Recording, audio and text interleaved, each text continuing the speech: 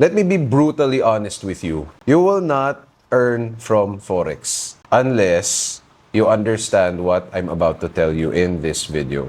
You see, most people lose money, but not because Forex is a scam, but because they approach Forex like a gambler, not a business owner. If you're tired of guessing, hoping, and blowing your accounts, just stay for 6 minutes. That's all I ask. I'm sure most of you got into Forex because you saw something like this. A dude on TikTok saying something like, I turned $50 into $5,000 in just 3 days. But here's what they don't show you. The 17 accounts that failed before that, the $2,000 that they lost after that screenshot, or the fact that they don't trade anymore. Instead, they sell courses.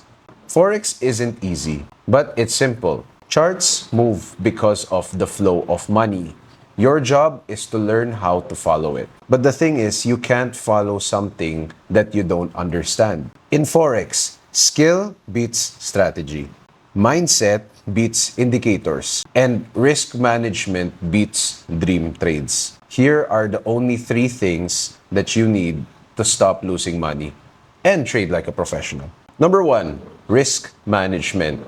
In Forex, especially for beginners, we have what is called the 1% rule. If you risk more than 1% of your capital, then most likely you're gambling. Alex Hormozy says, if you want to stay in the game, survive first, scale second. Because if you blow up your account in 1 month, it doesn't matter how good your strategy was. Number 2, probabilities beats predictions. You're not a prophet. You will never be able to predict every candle. But you can stack probabilities. You can speculate things like, where's the liquidity? Where is the price reacting to? Or if the market grabs stop hunts before moving. And number 3, repetition, not motivation. So stop watching hype content, start backtesting, and start practicing. So what you should do is you should open your trading view, pick at least 1 pair, stick to 1 time frame, and go through 100 trades. And I promise you, this will teach you more than any signal group ever will.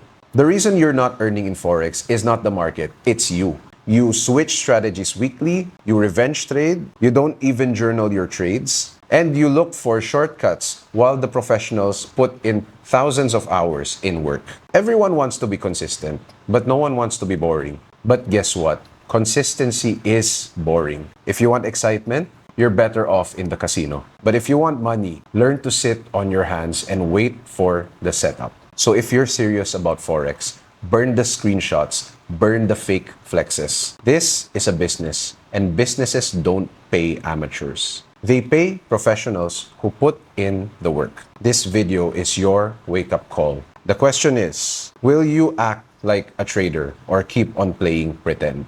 So if you're done losing, hit the like button, subscribe, and start backtesting. Because the market doesn't care about your dreams. It only pays for your discipline.